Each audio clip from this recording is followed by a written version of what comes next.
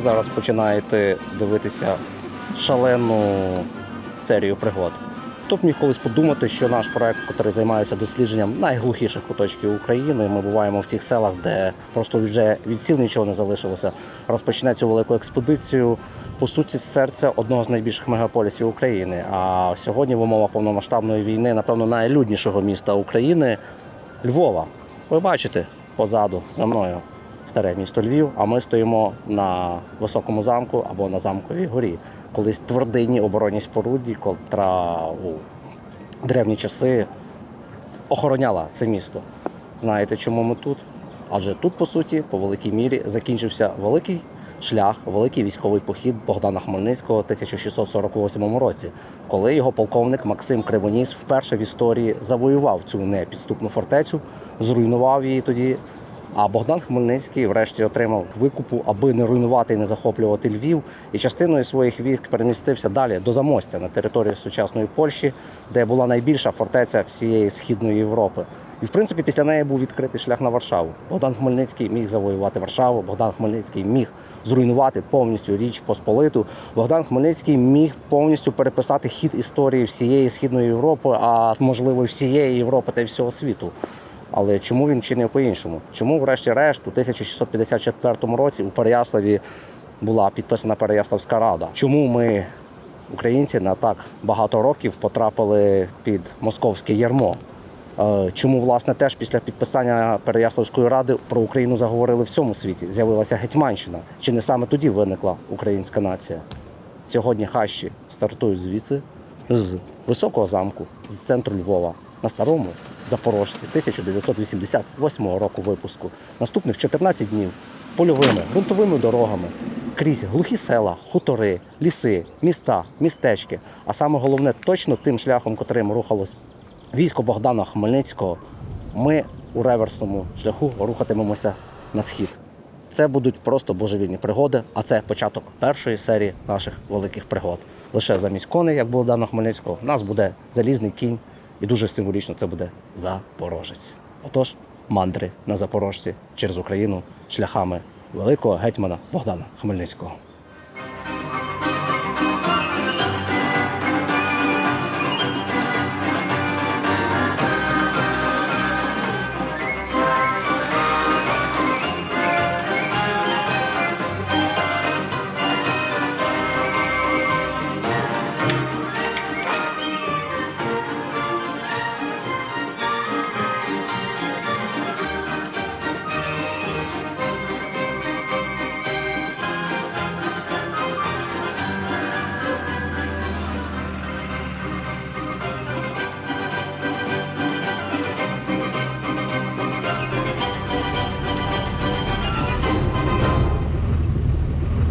Ну що, друзі, це складна їзда по місті Львові на нашому драконі, в якому проскакує перша передача, погано працюють гальма.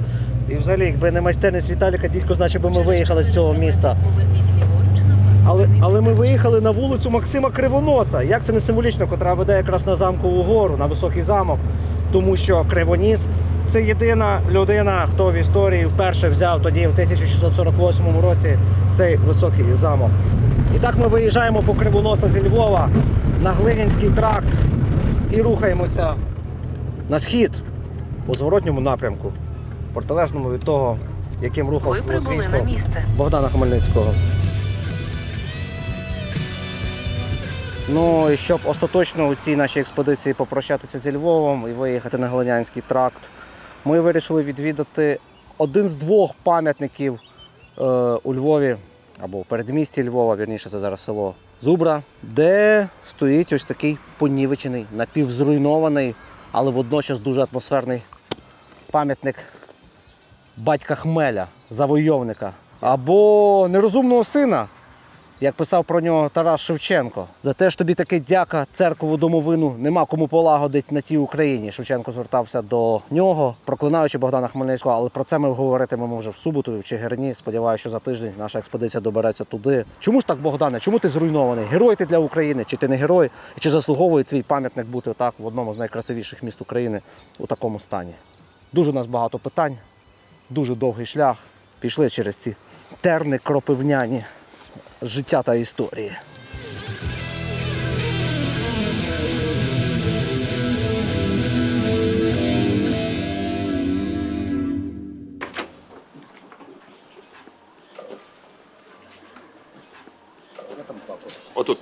відкриваєш, а бак отут. Добрий день. Доброго дня. Доброго дня. У вас тільки 5-й, так? Два на вибір. Преміум і євро. Нам той, що простіший. Добре. Ну, або хоча б 80.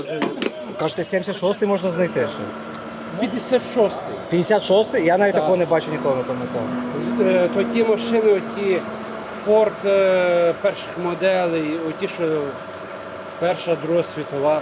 Ого, це 56-й октанове Ну, число. але це прям в якихось, я не знаю, Їм підприємствах. їм роблять під замовлення. під Так. замовлення, так. Так, Тобто так. на заправках ми вже таки не знайдемо. Ні. Фізично. Ну, да. Ні.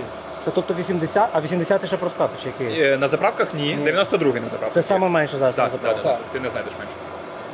Але 92-й десь має бути. Який запах, панове? Якби ви чули цей запах? Боже, який запах? Подобається? Я обожнюю, я якийсь бензиновий наркоман, напевно. Він це так пахне, за? Да. До повного, так. Просто до повночі по різьбу. Ні, давайте просто доповнимо. А є ще запорожці заправляються у вас? Чи нема? Чому ні? Буває? Є, Біжать? бувають? Навіть колекційні приїжджають. Ні, ну колекційні це А топово. такі справжні, такі домашні. А чим ваш з лісу приїжджають? А, так? ні, ну ми думали, що вже може у Львові у вас тут немає. Ні, є ще горбаті запорожці. А. Щоб ви розуміли, що мають ще рідну запаску. Головне їх не стукати. А то він на марки капот відвалиться разом з мотором. Там сталюка. Вон навіть вони як тут бампер. Ну так, От. це А що мета. буде з Лексуса? Нічого не буде. Капіталка. Що буде? Добре, дали вам дорогу. Дякуємо вам дуже. Ви розумієте, що колись оператор міг мене зняти, що я сів наперед, а тепер ні, оператору потрібно назад залізти, то я мушу відкинути сидіння, а він має тоді залізти. Дякую. Будь ласка, прошу, пане оператор, пане водій. Пане водій, так. Ну, і наперед, якщо ви зрозуміли, ми будемо мінятися, адже наша експедиція 2 тижні триває. Не кожна людина може 2 тижні. Ми всі працюємо на роботах, частина з наших людей служить. І аби здійснити цю експедицію, ми змушені проводити ротації протягом 2 цих тижнів. Тому лише я, напевно, цих 2 тижні тут повноцінно витримаю всі, а люди будуть мінятися. Тому почекай, зараз, секундочку, ще заводю. Я цю. Поїхали.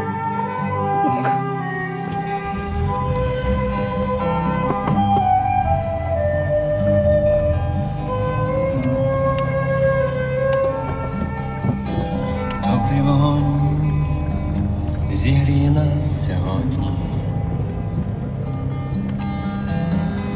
Юний вітер закоханий в нас,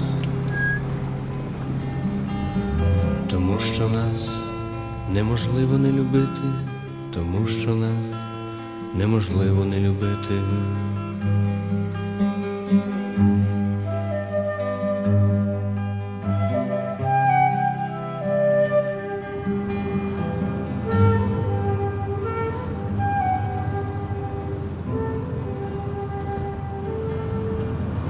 Ми по Глинянському тракту остаточно покинули Львів, з такого району, з такої місцевості, котру навіть називають Табори.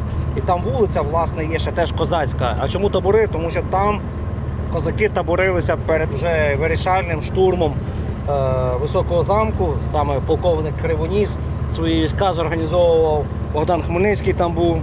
Чекайте, у мене дзвіночок, ну це неможливо, дзвінок зачекає.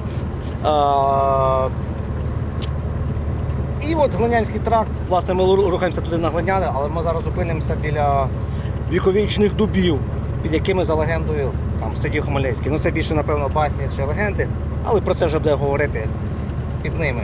Тому що це одні з останніх асфальтованих доріг, далі ми будемо їхати, якщо асфальтованими, то дуже поганими. Бо так, ми ж хащі, нам так не цікаво їхати, ми маємо занурюватись в Україну, в таку Україну. А тут вона така зараз під Львовом. Ну як є. Ну як є.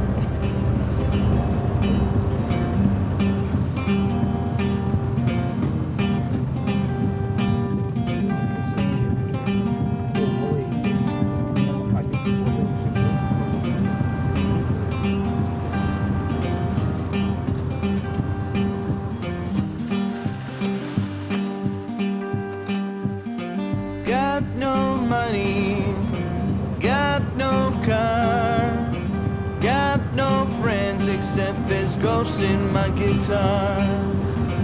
Got no lover, got no home, got no faith, and too old to sell my soul, too old to sell my soul. I'm too fucking old to sell my soul.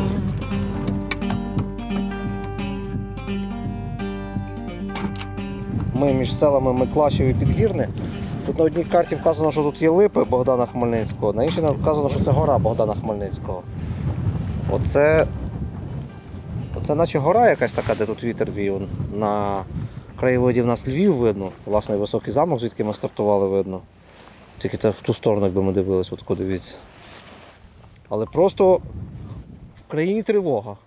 В країні тривога, не працює ніяка навігація. І ми тут не можемо зрозуміти точно, де ми знаходимося. Якихось великих старих дерев тут не видно.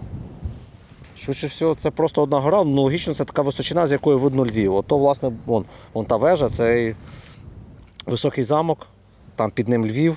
Отут війська стояли і вже дивилися перед такий фінальний штурм, напевно. Вже отут вони були вранці, там вже скільки, буквально годинка, ти на конях вже пішо там 2-3 години, і ти вже штурмуєш Львів.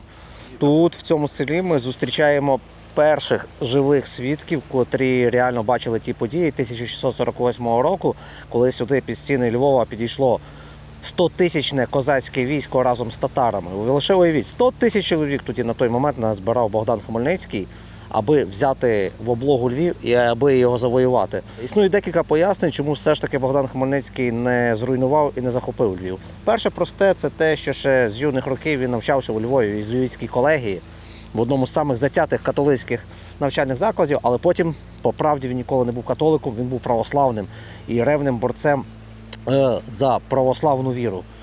Але говорять, що це саме любов його до Львову, за те, що він тут багато років навчався, проживав, провів свої юні роки, змусила Богдана Хмельницького не руйнувати це місто, а отримати цей величезний відкуп і піти далі до Замостя, до великої фортеці, як я вже говорив, перед якою відкривався шлях до Варшави. Але високий замок,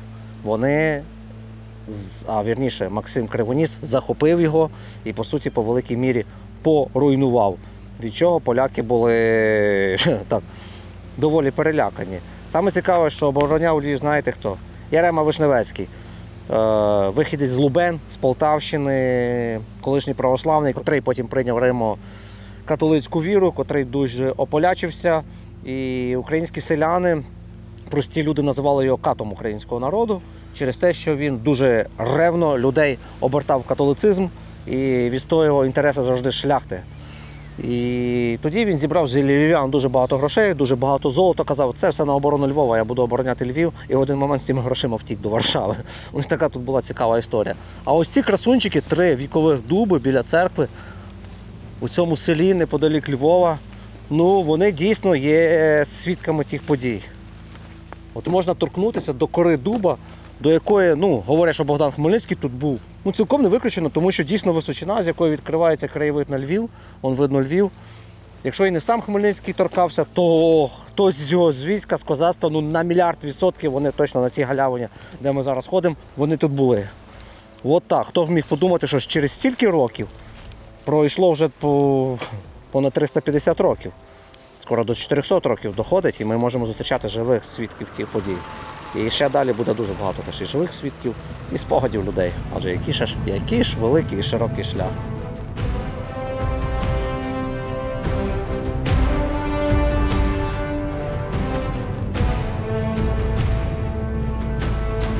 Це просто незбагненна краса. Оці всі пшениці, що колосяться над Галичиною. І вибачте нас за те, що ми трішки мнемо цю пшеницю, але в 1648-49 роках військо Богдана Хмельницького, котре сюди підходило, налічило 100 тисяч чоловік. Уявляєте, який був обоз? Обоз, коні, вози і ще до вашої відомості верблюди, адже татари і турецькі найманці, котрі трохи були там, невелика кількість їх, з Богданом Хмельницьким вони мали верблюдів, аби це все тягнути. І це незліченна така сотньотисячна валка, вона не те, що витоптувала поля, вона знищувала все, виїдала. І так в ті часи в всіх війнах відбувалося. Але це, це дуже красиво.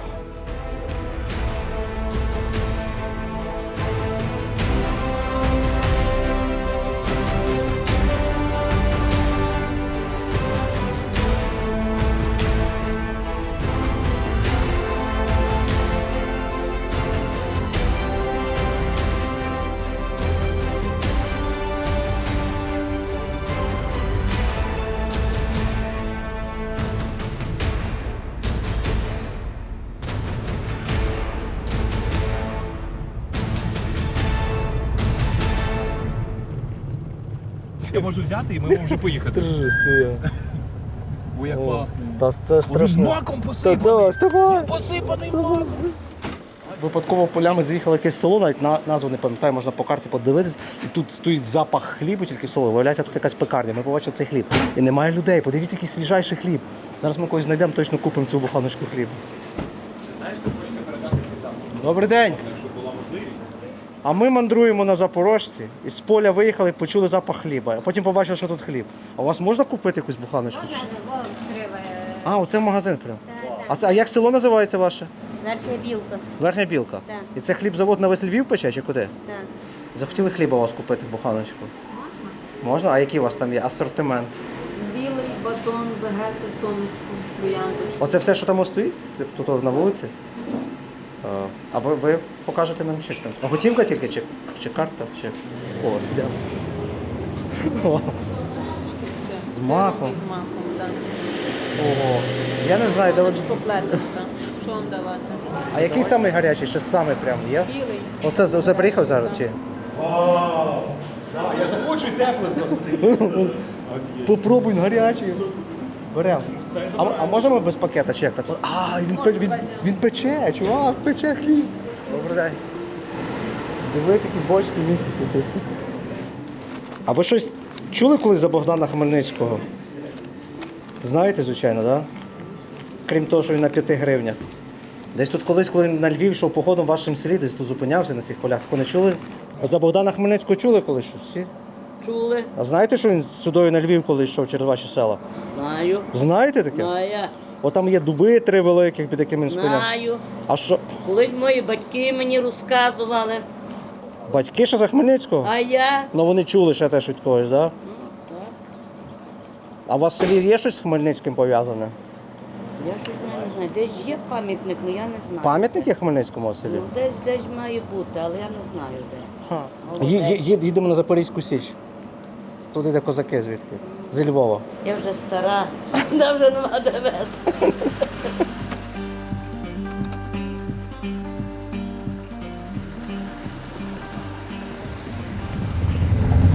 Так це може заскочити в одному положенні педалька і сама газувати. Просто, блядь, ступеньками легко. І я чувствую, зараз натиснеш більше, і воно просто проломить його. Ну, типу, буде оцей ривочок. To sell my soul. Добрий день. Ми до вас з пивом. Добрий день. Бо ми поняли, що ви тут самі віддані фанати. Так. Ми подивилися, добрий день всім. А ми випадково проїжджали, тепер хочемо від вас дізнатися. Хто з ким і що це у вас тут грають? За білку. За білку. За білку. О, білка грає, так? Ви кіно знімаєте. Про мандри, про мандри. А, ОТГ. Граю ОТГ. Ну, так. А це ваше ОТГ змагання районні? Чи що? То перший Львівської області змагання по ОТГ. Тут 19 років. А це ваше село? Так. Нижня Білка чи як? Верхня. Верхня проти кого? Кам'янка-Бузька. Ви граєте чи програєте? 1-1. От тільки голова запевнено. Ваші? Є. 1-1. А, тут ваші зелені. Червоні. А, ваші червоні.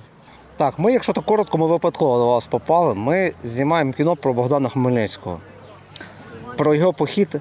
Ми їдемо на Запорожці зараз на Хортицю, Запоріжжя, з Львова. Побачив, що ви ще на тій Дивимося Запорожжя. Я знаю, Ми трохи Я страшно давно не їздити. бачив Запорожця. От трохи. Ми купили його за 20 тисяч гривень. Там страшно, так, раз війна йде сильно. А ми хочемо, то ми їдемо і збираємо гроші хлопцям туди, бо наші друзі воюють там на Запорізькому напрямку. Ми хочемо зібрати багато грошей, щоб купити їм пікапи туди передати. І це наша така мета заїхати польовими дорогами, бо ми їхали що по полях. Знаєте, що Хмельницький був у ваших краях тут колись чули? Так. Що на Львів йшов Богдан колись. Хмельницький боровся.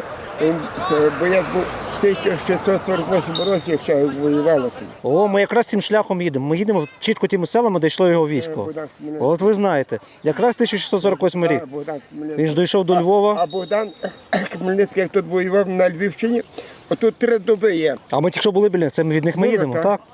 Підгірне чи як це село? Підгірне, так. Ми з Підгірного їдемо це через поле. Унтерберг. Там біля церкви. Так, це німецька колишня колонія Унтерберг, я знаю теж. Да. Так. Ми тільки що у вас хлібопекарню випадково побачили хліба, взяли там теплого. Ну, там пекарня є, працює. Да, якщо виїхали, тут ще такий футбол, прямо як Реал Мадрид. Ніби. Кулики Верхня Білка вийшли в першу лігу на Україну.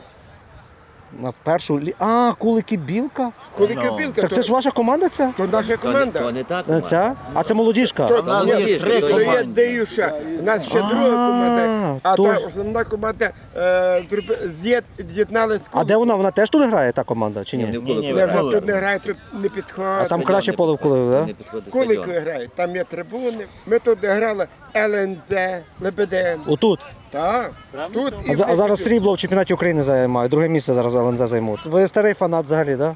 Тож, Ще за Карпати, напевно, їздили. я вам про футбол все розказував. То зараз нам треба, щоб ви нам підказали, як доїхати до. Коротше, ми хочемо на Глиняне, але не трасою, а полями. А ні, зараз скажемо на Глиняне. Але ми хочемо полем їхати, ви зрозуміли? Через Сухаричі. Знаєш, що вони зараз то його на Тарасівку, На Тарасівку, так? на Тарасівку зараз поїдете і на Глиняне. Тобто, Чорношовичі, як сказати, так? Так, Куровичі, перед Куровичем. Журавники, так? Де? Чорношовичі, Журавники і там поперед А, вже та на полями, точно. А що Давайте. пишете про Богдана Хмельницького, то дуже приємно. Ну, дам Ви ще є такі люди, вже хочуть щось знати. І... Бо ми саме намагаємося чітко шлях його, бо він саме отут йшло це військо. Ворота, бліха, муха, блін.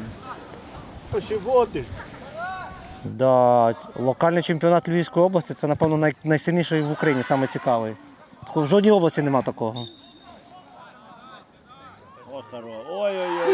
Пеналь! Пеналь! Пеналь! Молодці! Ну, заробили пенальку, то не молодці. То як? Він його наша там. Вар зараз буде. Вар треба дивитися. Але треба ще забити.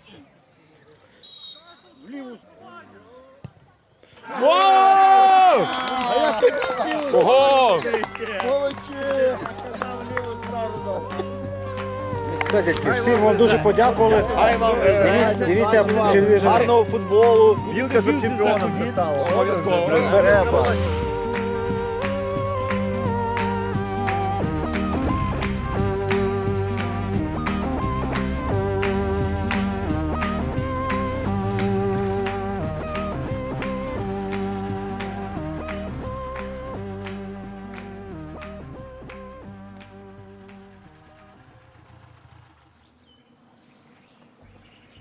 Точно, як зараз це жовте поле виглядає, це могла реально бути от просто, умовно скажемо, татарська кіннота. От стояти отут. 30 тисяч татарської кінноти. І врешті коні всі.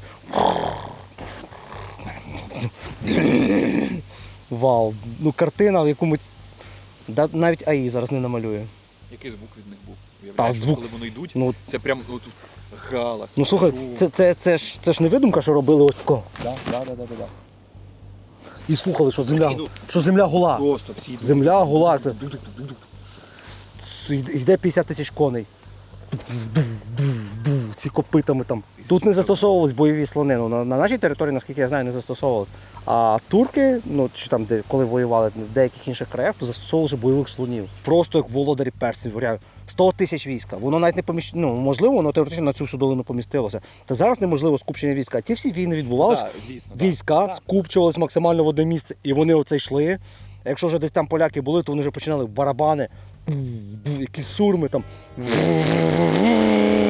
І ці верблюди тяглові, купа коней, вперед поїхала ця розвідка, знаєш, дозір татарський вискочив там, подивилися. А прикинь, от саме в цьому полі Так, була битва. От саме тут Ні, тут битви не було. не було. Ні? Битва насправді, це ми просто порозказуємо. Остання велика битва була під Пилівцями. Це Хмельницька область. Після цього поляки дуже сильно відступили, і тут вони вже почали тут. Тому що в той час не так, як зараз фронт всюди накопаний. Тоді, получають пілюлей і потрібно відступати. Відступили, знову згуртуються десь, довкола якихось фортець або великих міст битви відбувалися. А все інше відбувалося просто переміщення. І, власне, де ми тут стоїмо, тут просто відбувалося переміщення, але переміщення для села. Я 100 тисяч людей з кіньми да. йде. Ці села спустошувались нафіг. Війна відбувалась по-іншому. Як фронтова війна виникла коли з'явилася артилерія масово. Тоді артилерія тут в армії Богдана Хмельницького там десятки чи сотня гармат була максимум. Так само в поляків при обороні фортець.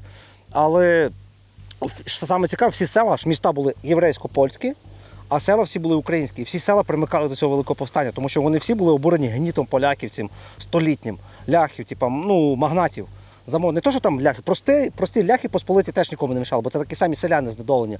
А саме магнатський клас, який гнобив людей, який нав'язував католицьку віру, уніатську всі, вони оце з цього збунтувалися і давай всіх рубать. Коли з Микитинської січі виступав Богдан Хмельницький, у нього там 10-тисячне військо було. Коли вони дійшло до Львова, було 100 тисяч чоловік вже. Це різні полковники, отамани, наприклад, той самий Кривоніс, Іван Богун, він підняв на Поділі, з Поділля підняв, своїх там додав 20 тисяч, там той. Вони в кінці всі скуплювали, вже підходячи до Львова, тут, наприклад, ці саме Білка, то села з Білки, 40 мужиків. Та нас ці ляхи теж задовбали, йдемо палити Львів. І вони теж всі доєднувалися. Це з обурених мотивів, там якісь, можна сказати, патріотичних мотивів, багато хто знажили.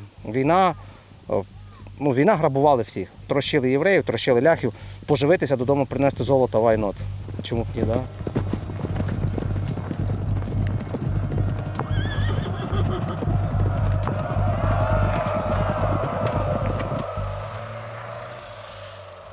Шановне панство, якщо у випуску про Святу Галичину ми пропустили якісь занедбані покинуті римо-католицькі костели, адже їх насправді на Галичині сотні, то зараз в цій запорізькій експедиції, рухаючись запорожцем через село Чорнушовичі, ми побачили просто прекрасний костел, котрий занедбаний, з величезною естетикою. Ми обов'язково маємо до нього зайти і нагадати про те, що тоді цей великий похід Богдана Хмельницького 1648 року, так само в подальшому 49-го, всіх наступних років, загалом їх 3 було на Галичину, а ми цей присвячуємо саме 48-му року, тобто першому походу Богдана Хмельницького до Львова і до Замостя.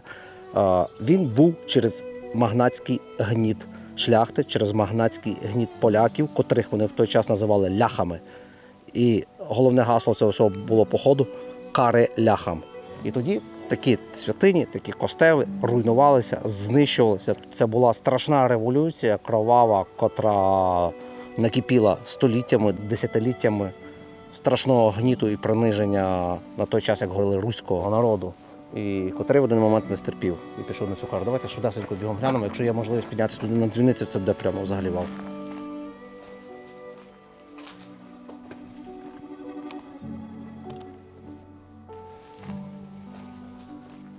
Молитовня, вона невеличка. Мені цікаво, тут саме цікаво підйом на ту вежу. Це, напевно, я там бачу інші двері. Мені хочеться піднятися на вежу, знаєте? Туди? Да, всередині тут пусто. Двері з класною металевою, бачите, такі квіточки наковані на старовинних цих дверях.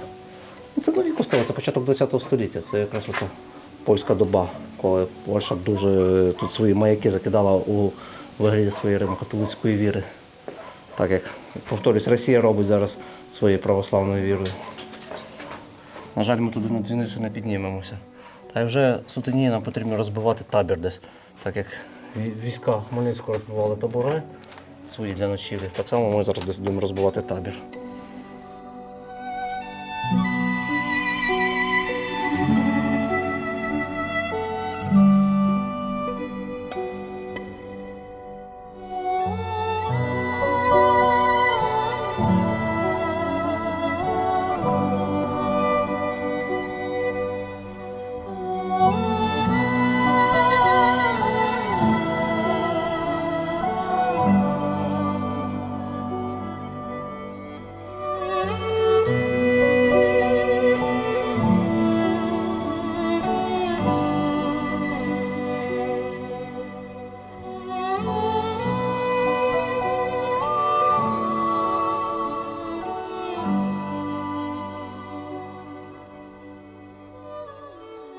Я все хочу багажник відкрити, щоб доставати речі, а вони попереду. Да. Ну і тут саме головне, напевно, теж що слід розкрити по цьому теплому двигуну. Ті, хто автомобілісти, вже зрозуміли по звуку одразу, що це Запорожець гібрид. Повстання Богдана Хмельницького, революція Богдана Хмельницького, вірніше, я, до речі, Ярослава Грицака це прочитав, що революція вже повстання це те, що приречене на неуспіх. А ось цей бунт Богдана Хмельницького призвів до того, що ми отримали перший прототип української державності – Гетьманщину. Тобто він був успішним. Власне, це виходить революція. Але яку ми отримали державність? Ми отримали таку державність проксі, котра була залежна від московської державності весь час. І на 300 з чимось років, і навіть по суті до сьогодні, особливо до 2014 року. І сьогодні ми Ми ще пожинаємо плоди навіть цього Богдана Хмельницького цих часів. І вся Україна завжди була особлена, наче незалежна, чи УССР, чи Гетьманщина, чи ще щось, але воно було з таким руським трошки серцем, з руським двигуном, адже в нас все керувалося з Москви. Тому цей Запорожець – це таке втілення певною мірою України тих часів. І ви далі будете слухати, як ми його довеземо, будете бачити, як ми його довеземо до Запоріжжя, здійснимо багато символізму, але він теж з російським двигуном. У 2026 році дуже важко знайти якісний старий Запорожець, котрий з оригінальним запорізьким двигуном, і він коштує, ми офігелі просто. Тому ми купили Запорожець, в котрий місцеві майстри сільські кулібіни вставили двигун від «Жигуля». І цей Запорожець, це просто от вся наша Україна від Богдана Хмельницького, по суті, до 2014 року чи 2022 року, коли все як виглядає Україна, наче воно українське, а всередину починаєш ковирятися, а стільки там руского мірця було. Тому це не випадково. В цьому бачайте великий символізм. Далі ще тільки буде цікавіше.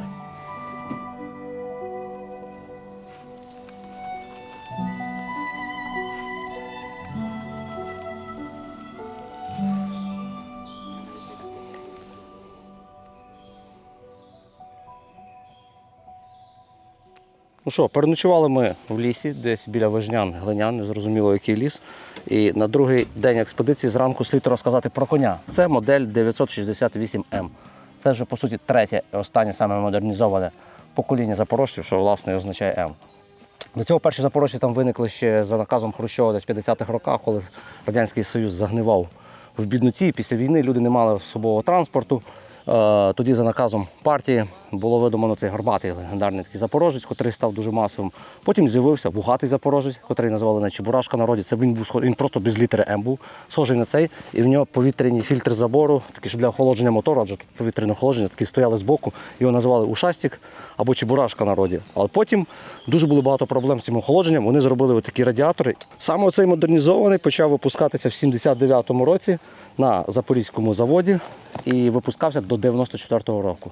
Уявляєте, вже в 94-му році які тачки їздили, там автомати, такі мерседеси, різні Порше. В Запоріжжі робили ще таких малюків. Загалом в Союзі їх вийшло, в Союзі, потім в Незалежній Україні, їх було з конвейера випущено понад 1 мільйон 800 тисяч одиниць.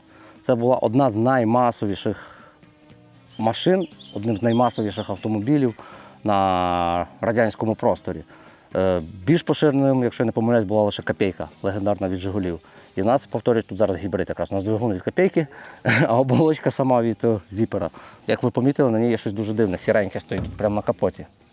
Невероятне. Це наша модернізація із-за того, що ми знімаємо великий цикл фільмів, за того, що ми рухаємося 2 тижні, ми не можемо залишатись без інтернету.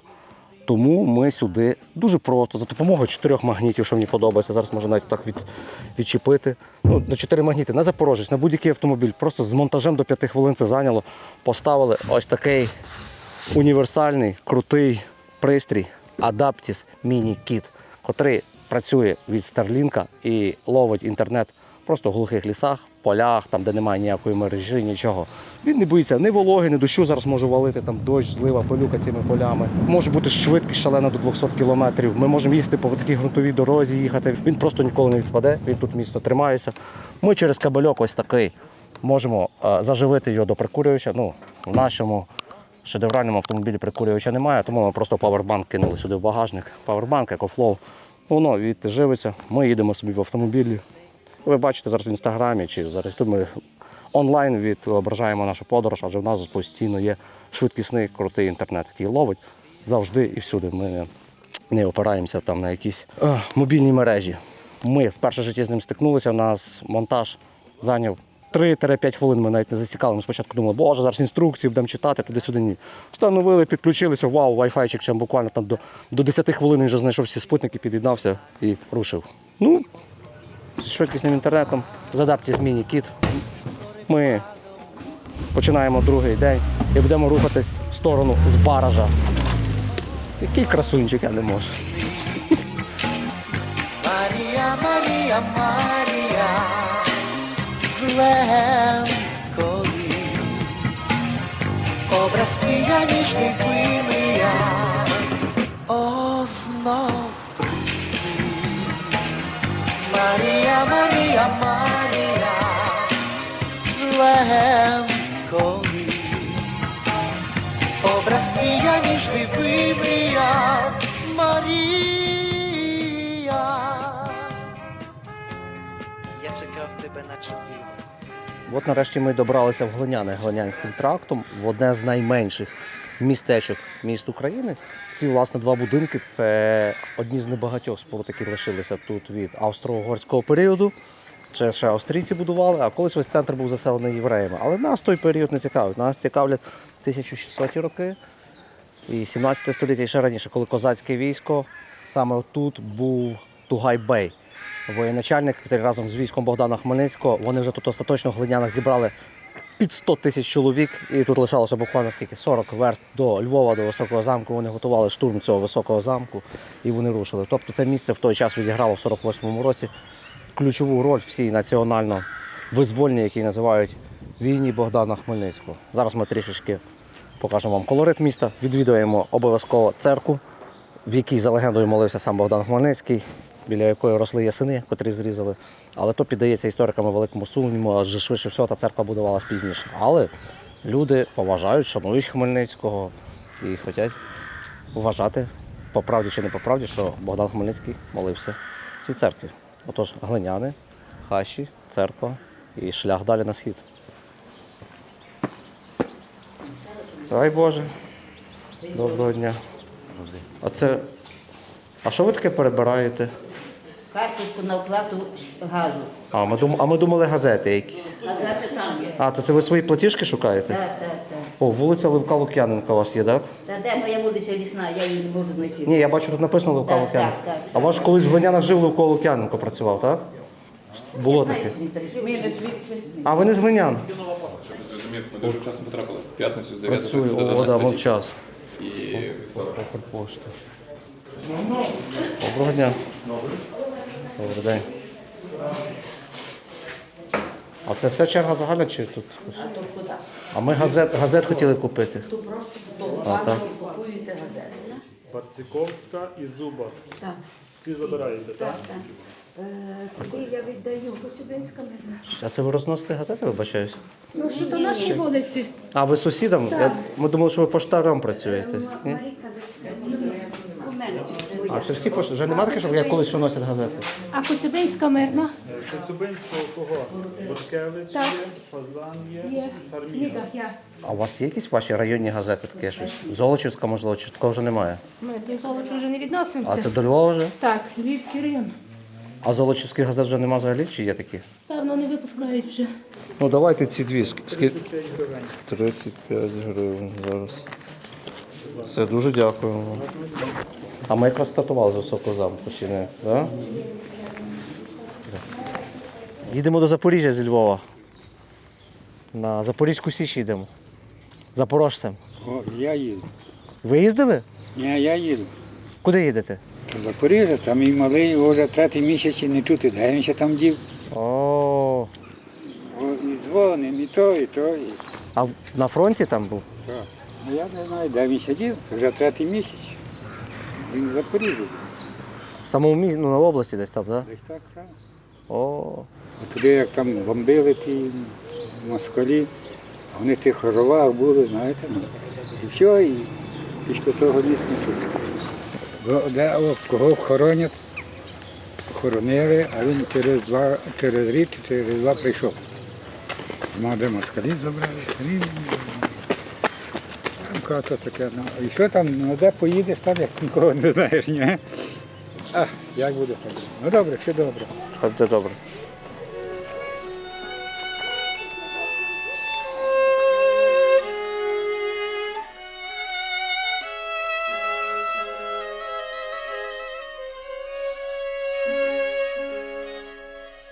Сумні реалії, попри всю нашу веселу поїздку, яку ми намагаємося в ці похмурі смутні часи розбавити.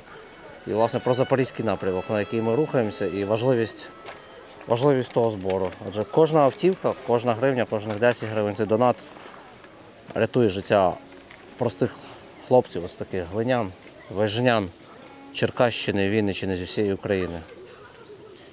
Запорізький напрямок зараз дуже складний, а Запоріжжя – у нас стратегічне місто. І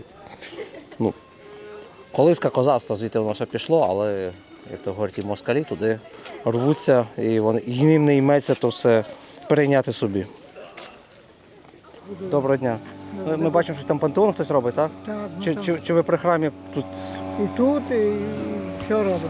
Нам щось цікаве. Богдан Хмельницький пов'язаний якось з храмом? Так, пов'язано. А як саме? Так, він як йшов походом на поляків, то він тому і зупинявся. Молився саме в цій церкві, так? так, То так. за переказами. Так, Але тут кажуть, більше ж нова, але тут частинка старої церкви залишилась. Ну, з часом то стара церква, з часом вона була ремонтована, перебудована, реставрована, скажімо так, так і так. То він саме тут був, так? Так, так, так. Ого. А як ставитесь до Хмельницького? Ну як? Як не як, але все-таки наша людина. Наша людина, так? Так, так, За простих людей було більше, так? так, так, так. А почекайте, а це церква православна чи Ні, греко-католицька? то греко-католицька. О, доброго дня. Кажуть, що тут Богдан Хмельницький був в цій церкві. Та ми того і зупинились тут, так? А я люблю дивитися ваші. Дивитесь нас? Ну, дякуємо, що дивитесь дуже. Так. А ми якраз їдемо на Запорожжя шляхом Богдана Хмельницького. А колега каже, машина під рік випуску церкви якраз. Ну, майже так і є, так. А ви тут не знімаєте, ви просто Ні, ми знімаємо, трошки знімаємо, все, зараз далі їдемо під Золочів. цікаві передачі ваші. Дякую. Дякую, подивитесь. От може тут попали трохи в кадр, теж попадете. Та ладно, не треба. Для чого, дякуємо. Якщо хочете, я вам можу відкрити церкву. Всередині? Зайдете всередині. А там все нове, нам зовні таке цікаво трохи. як то А дивіться, врахується? маю цікаве питання. От ви за Богдана Хмельницького кажете, наша людина. А ви знаєте, що він греко-католиків, армія його, коли йшла, то вони знищили все. Бо вони були за православну дуже сильну віру. Ну так, вони були православні. Але ви при цьому його поважаєте. Так, так. Як не як, то все-таки знаменитий, скажімо, полководець, гетьман, в житті він людям багато зробив і захищав Україну нашу. Дуже вам дякуємо, цікава ваша була думка. Галичина здебільшого греко-католицька, але люди шанують при тому Хмельницького. I don't need diamonds, don't need gold, 'cause I know I'm too old to sell my soul, too old to sell my soul. I'm too fucking old to sell my soul.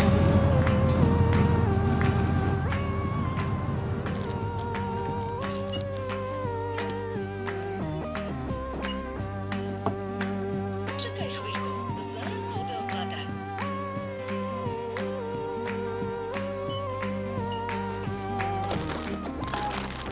Що завгодно, будь-які дрібниці для експедиції можна купити в Аврорі. В будь-якому районному центрі, майже практично в будь-якому селищі, в всіх мандрах. За невеликі гроші все, що зараз полагодить ваш автомобіль, і рюкзаки і все. І ще й їжі навіть всякої можна взяти. Ото Аврора. Самий трушний магазин України. To sell my soul.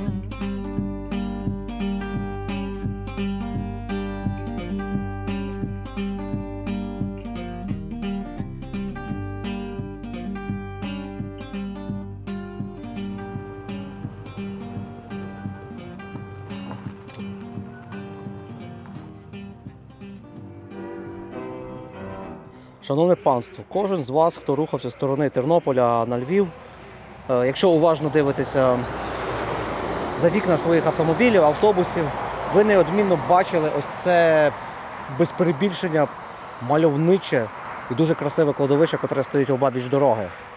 Це кладовище дивізійників, дивізії Waffen-СС Галичина.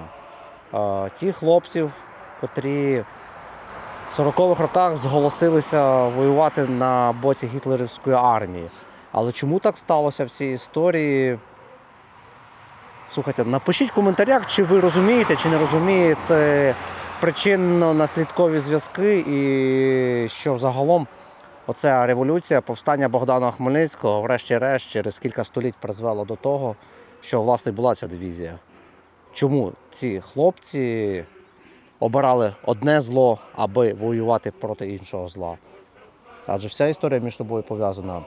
І тут, проїжджаючи сотні разів біля цього місця, вперше сьогодні в своєму житті ми знайшли цю хвилинку, аби призупинитися тут і віддати шану полеглим в цих трагічних подіях. Ось тут, у Бродському котлі, у битві під Бродами, де основна частина, основний кістяк дивізії Галичина полягли.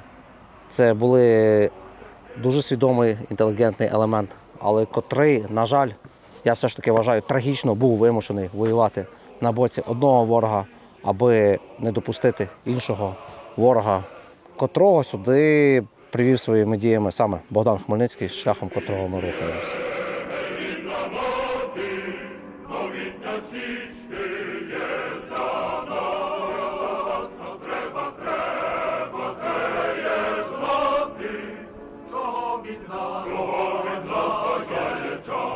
Їздили таким самим? Перших інвалідів вітчизняної війни, ото я випускав. Що, випускали? Так, я був інструктор. А, бо вони на ручному керуванні були такі, чи на чому? Газ ручне, все ручне, все ручне. То ви вчили людей так їздити на них, так? Так. То ви ті запорожці знаєте від А до Я, так? Купана регулює, то все знаю повністю. Добре. А свого мали чи ні? Свого не було. Якось Жигуля, напевно, мали, чи що? Чи не мали машини взагалі? Тоді в той час не можна було. Не можна було. Не можна було купити. То ви тільки вчили, бо людям, ветеранам давали безкоштовно ці запорожці, так? Першу чергу отримали ветерани Золочева 7 чоловік. Тут на всій Золочів район отримали 7 чоловік. А який то рік був? То був 66-й рік. І то випускало його, ручне управління було. Газ, Так. ручний тормоз, то все. Для тих людей, що не мали ніг, так? Хто мав, хто міг мати і не ходив. Я вчив, до Львова приїжджав, щоб здати екзамени, то автоінспектор сідав тут ззаду, я сідав спереду, покаже, сідай своїм губ'ятниками і веди. Як казав Лу. Губ'ятники, веди. Це так на ветеранів казали? Чи? Так. А Автоінспектор так сказав. Вони ж сідають за руль. Як він з тою палкою сіде, я мушу переставити ногу йому, поставити, посадити, хлопці. То не так то легко було. Та ми уявляємо, ну, да, можна виявити. Посадити, показати. Я мусив навчити, як їхати. Назва полігону ото був. Зараз їхав на Броди. Там мусорний ящик зробили, мусорку зробили. Угу. Я мусив їхати сам, показати, як їхати. Ноги зложити, без ніг їхати, руками як їхати. То все я мусив вчити. То ви просто мастер водіння запорожця. Любої машини. Оце ми вас зустріли, це ви самі до нас підійшли. А якого ви року народження? 43-го. 43-го. То ви все. А чим їздили? КАМАЗом вже, напевно, їздили, чи ні? Який КАМАЗ був? Газончиком їздив. Ростов-на-Дону газончиком їздив, це вкладкою. А загалом за Запорожжя що скажете, як машина? Як кому, як служити, як їдете, так буде в нас служити. Ви з Золочева? Золочево. На базар йдете? Чи з базару вже? Вже йду додому. Добре. Як ваше ім'я, скажіть, будь ласка? Богдан, А по батькові, може, де ви? Костянтинович. Богдан Костянтинович, я Володя. Дуже приємна розмова. Дякуємо, що підійшли до нас. Може додому підвезти? На Запорожці. Додому, давайте як Дякую. Не хочете? Я ще маю свій транспорт. Який? Маю ровер, сідаю собі їду. А, ровер Давлю маєте? на педалі і їду далі. От. Ми їдемо до Запоріжжя на ньому. На завод, де їх робили. Добре. З Львова. Я був там. Їдемо, але ми їдемо з полями. Зараз село на Козаки хочемо заїхати. Де? Козаки. У вас село є тут на горі. Козаки. Козаки, правильно, так? Козаки. Козаки, то ми їдемо на Козаки. У мене батько там похований. То ваш рід походить звідти з Козаків? Так. То ви бачите, як все зійшлося? Ми вас зустрічаємо і їдемо в ваше рідне село. Ні. Фантастично просто. Але ви козацького роду виходить. Ну, а отож то. Точно? Костел був на Козаках. Там потім зробили склад. Тримали хімію всю колгоспну. Ви ще молоді, не знаєте того всього. Отут наш Золочівський замок, де мордували людей. НКВДсти, так? А хто ж? А хто ж? Знаємо, так. Мій батько там відсидів ту на замку, потім відправив його на Воркуту. За зв'язки з бандерівцями? Ото був Зупашу зв'язки такі. Упа, так? Так. Ото ж то курва відправив, і він на Воркуті відсидів. Прийшов та сталінська шапка таку на вуха, як нині дивлюся. А то, що ви не бачили, то, що вам набрехали москалі, то слухайте їх далі. Пробачте, щасливої дуже дороги. вам дякуємо за... Щасливої дороги. Подякую, щасливої Подякували дороги. вам, від серця Найкраще. подякували, щиро.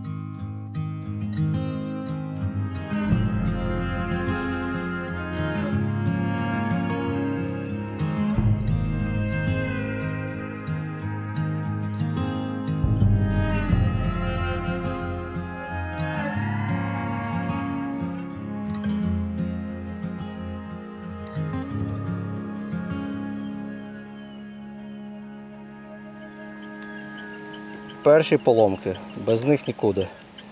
Що, Віталій, там сталося у нас? Ну немає рідини. Щеплення. І від цього не працює щеплення, так? Перестало працювати. А вона витікає чи що? Десь витікає, да, витікати почала, хоч ніякого калюжі нічого А немає. куди ти її заливаєш? Взагалі тут десь? Да, да. Попереду, тут в багажнику? Наш багажничок. І ось сюди ми їх заливаємо. Ну. Тримаємо кулачки, щоб все запрацює. Пір-банкет.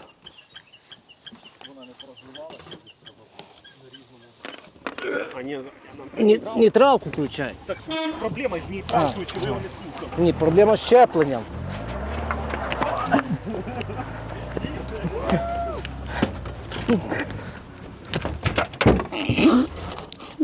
Знаєте, адаптіс не пошкодив, але його нереально пошкодити, тому що він, протиударний. Реально найкраща система для інтернету і всього. Фу. Якщо Запорожець не робить, то інтернет у нас літає. Ну знову тільки що я заводив, бачиш, він хапав потроху. Тут. І все. Поки норм. Пилюки, правда, дофіга. От це може треба прикрутити. Це старе. Це я поміняв. Була б непогано. Володя, який розбирається в машині. Може це прикрутити? Ні? Може то? Війська Богдана Хмельницького закликають до походу.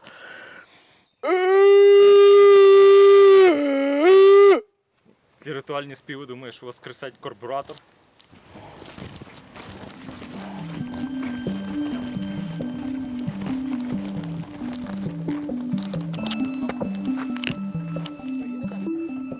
Вражаюча неочікувана зустріч з чоловіком, старшим чоловіком біля ринку у Золочеві, наштовхнула нас на поїздку до села Козаки. Тут похований на кладовищі його батько, котрого НКВДисти тортували, і котрий був причетний до УПА. Також колись один з наших підписників чи підписниць, не пам'ятаю, напевно, ви зараз дивитеся, написали мені інформацію, що село Козаки назване, власне, через те козаками, тому що тут, саме тоді, у 1648 році, коли Хмельницький рухався до Львову, зробили таке щось на кшталт шпиталю польового, де лікували хворих та поранених козаків. Тому воно так назвалося. Потім вже поляки збудували такий костел, ми знімаємось на фоні нього, адже він неймовірно красивий, законсервований. А по ту сторону є дерев'яна церква. І взагалом в Вікіпедії є дуже суперечлива інформація. Одна пише, що в селі 3 жителів, інша пише, що 100 жителів. Ну, те, що 3 жителя тут, це вже помилково, адже ми щойно вже чоловік 5 десь побачили. Тому що на диво прекрасний костел, я навіть сам дивуюсь, як ми його тоді пропустили в експедиції по Святій Галичині, коли знімали про костели, але їх тут, повторююсь, сотні, ми не могли всього охопити. А зараз мене вразили ось ці дерев'яні двері, котрі оббиті залізом. Виглядають вони просто так, наче нас повертають туди, в 17 століття. Такі двірюги, просто дерев'яні двірюги. Все зачинено, законсервовано, ну, костел просто фантастична краса. Тут навіть похований хтось. А, фундатор того костелу, так і написано. Був біскуп вигнанець Віленський. Віленський, наскільки я розумію, це він.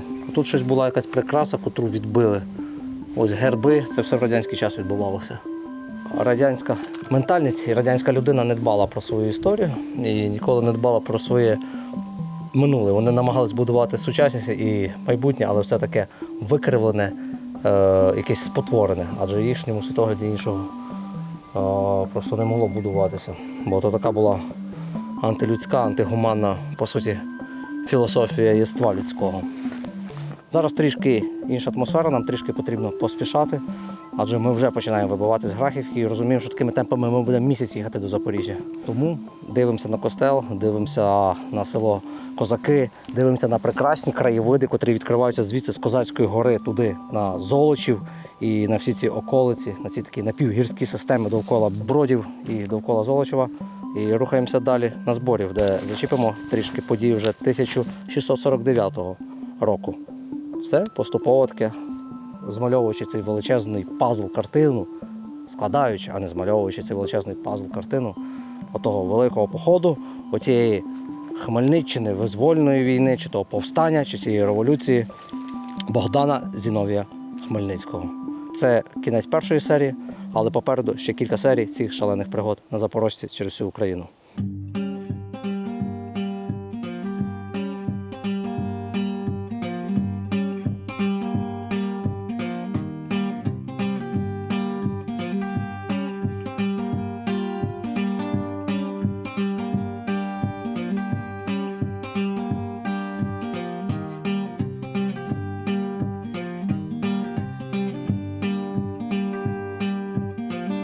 Got no money, got no car, got no friends except there's ghosts in my guitar. Got no lover, got no home, got no faith, and too old to sell my soul, too old to sell my soul. I'm too fucking old